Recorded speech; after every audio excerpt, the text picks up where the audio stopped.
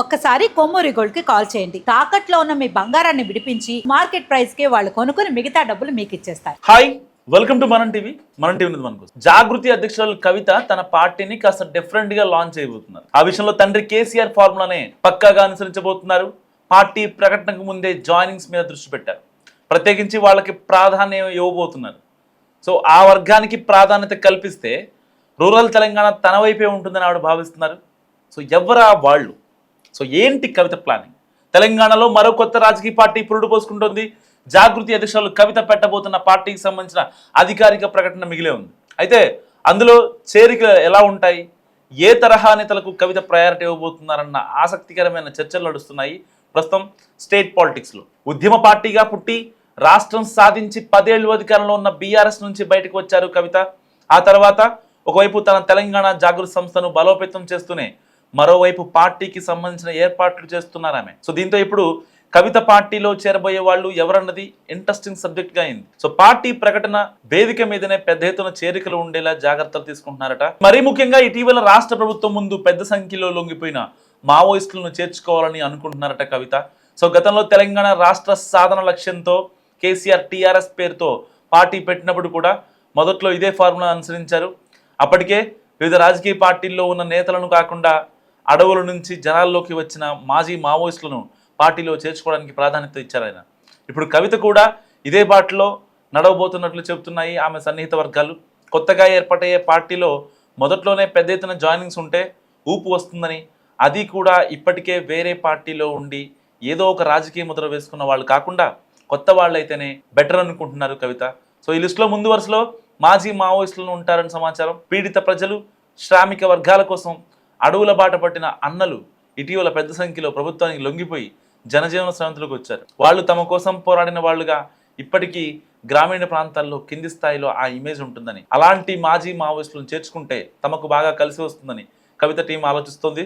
తెలంగాణ మారుమూల ప్రాంతాలతో పాటు పల్లెల్లో మావోయిస్టుల మీద నుంచి మంచి అభిప్రాయం ఉంది.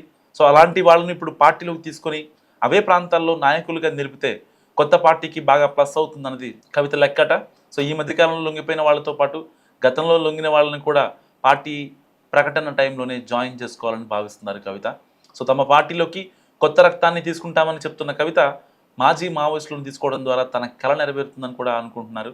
సో తెలంగాణలో ఇప్పటికిప్పుడు తమ పార్టీ అధికారంలోకి వచ్చే అవకాశం లేకున్నా భవిష్యత్ రాజకీయం మాదేనని అంటున్నారు జాగృతి నేతలు. సో ప్రస్తుత పరిస్థితుల్లో తెలంగాణ అస్తిత్వం గురించి పోరాడే పార్టీ ఏదీ లేదని, అందుకే తెలంగాణ పేరుతో ఏర్పాటే తమ పార్టీలోకి కొత్త వాళ్ళను అండ్ ముఖ్యంగా మాజీ మావోయిస్టులను ఆహ్వానిస్తున్నామన్నది జాగృతి నేతల మాట. బుల్లెట్ నుంచి బ్యాలెట్ వార్లోకి దిగాలని ఇప్పటికే ఉత్సాహంగా ఉన్న మాజీ మావోయిస్టులు కవిత పార్టీకి జై కొడతారా లేదా అన్నది కాస్త జాగ్రత్తగా గమనించాల్సిన అంశం. సో ఇలాంటి నేపథ్యంలో మరి ప్రజల కోసం, వాళ్ళ యొక్క హక్కుల కోసం పోరాడిన చాలామంది మావోయిస్టులు ఇప్పుడు కవిత వెంట నడుస్తారా లేదా అన్నది కూడా ఇక్కడ ఒక రకమైన ప్రశ్న.